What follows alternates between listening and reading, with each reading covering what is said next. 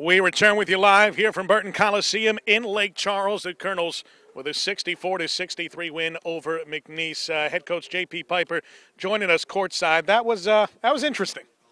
Yeah, that was a little bit of a too scary of a ride for me. I was really nervous when we got up like we did in the first half, because I knew that this team was very capable of coming back and causing problems for us. And they did what I feared they would do. They started knocking down shots in the second half, and they created turnovers. We got tentative.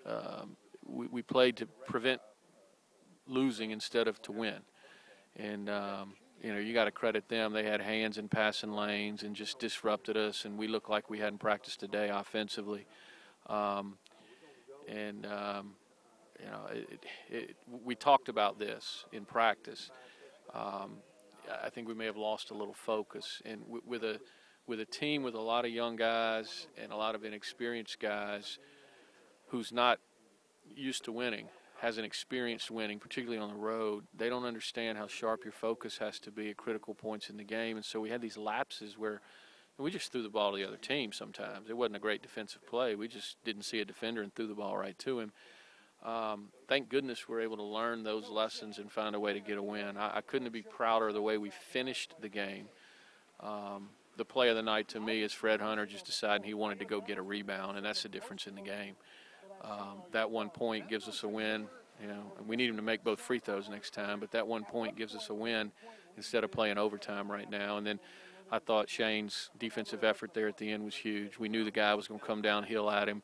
He did a great job of making him change directions. He ended up having to take really a super tough off-balance shot with a hand in his face. So great effort by Shane there with the game on the line. And, I love how we competed. I love how we responded to the adversity from Saturday. And, 3 games in 6 days, quick turnaround for us, out of our routine, having to go on the road on a Sunday and play a game on a Monday night.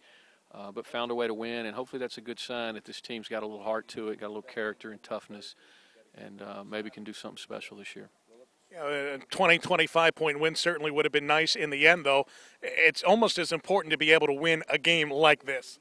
Well, it's a road game, and I'm like you. I'm looking at the score at halftime. I said, boy, it'd be huge for us to get a big win. But back up, rewind. Let's take a breath for a second. Let's get a road win. So I thought that was huge. Any way we can get it, and again, a great lesson. All we talked about was the second half and how we lost our focus, but then we're tough enough to come back and regain our focus and finish the game. And the next time we're in this position, what do we know we have to do differently? And we'll talk more about that when we get together on Wednesday to start to prepare for Southeastern. But, I'm excited about what I saw. Guys really stepped up late and made some tough plays and did what they needed to do to find a way to win. How far did we go down in the second half? 8 points. Yeah, it felt like 20 to me. So to go down 8, be up where we were up, go down 8, and then come back and claw your way in and find a way to get it done late is huge. Couldn't be prouder of these guys. I know somebody listening, a fan might say, "What you sat Fred Hunter for 15 seconds," or what message does that really send? The point in the end is that Fred got it. Yeah, that's between me and Fred, and it worked, is all I'm going to say. He had a double-double tonight, and we won the game. So,